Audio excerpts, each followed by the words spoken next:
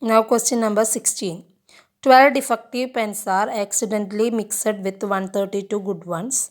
It is not possible to just look at a pen and tell whether or not it is defective. One pen is taken out at random from this lot. Determine the probability that the pen taken out is a good one. Here in the question it is given that 132 good ones and 12 defective pens. So total number of pens in the lot is equal 132 plus 12, that is equal 144. So here the probability of the pen taken out as a good one equal 132 by 144. That you can do. Okay. The next question is, a lot of 20 bulbs contain 4 defective ones. One bulb is drawn at random from the lot. What is the probability that this bulb is defective? 20 bulbs contain 4 defective ones. Out of 20, 4 are defective. Okay. So, here the total number of bulbs is 20. 4 are defective. So, the remaining 16 are not defective. Okay. So, here what is the probability that the bulb is defective? So, that is equal 4 by 20. That is equal 1 by 5. Then the next is, suppose one bulb drawn in is not a defective and is not replaced. That means one bulb we placed there on the holder, that is not defective. So we placed it there itself. So now the total number of bulbs is only 19. 20 minus 1 is 19.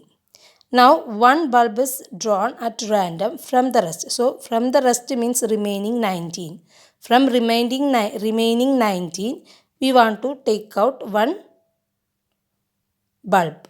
So here we need to find the probability of the bulb is not defective. Not defective means here 4 bulbs are defective. So 16 bulbs are not defective. Out of the 16 not defective bulb, one we kept on the holder. So now how many not defective bulbs are there? Only 15 not defective bulbs. So here we get the total number of bulbs there is remaining as 19. Number of not defective bulbs is 15. So here the probability of the bulb is not defective is equal 15 by 19.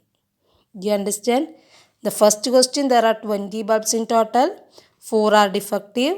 So getting what is the probability of the bulb is defective is equal 4 by 20, that is equal 1 by 5. But in the second section they told that us when we put one bulb that is not defective and is not replaced. That means if we put one bulb it is working, so we put that on the holder itself. So now only 19 bulbs are there in total. One bulb went from not defective. So now 15 bulbs are not defective. 4 bulbs are defective. So total number of bulbs is 19. So now the probability that the bulb is not defective is equal, what it is? 15 by 19. So total number of bulbs is 20. Defective bulbs 4. Not defective bulbs is 20 minus 4, 16. So probability of getting a defective bulb equal 4 by 20, that is equal 1 by 5. After this, for the second section, one bulb is not defective and not replaced. So now the total number of bulbs equal 20 minus 1, 19.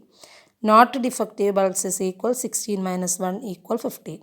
So now the probability of getting a not defective bulb equal 15 by 19.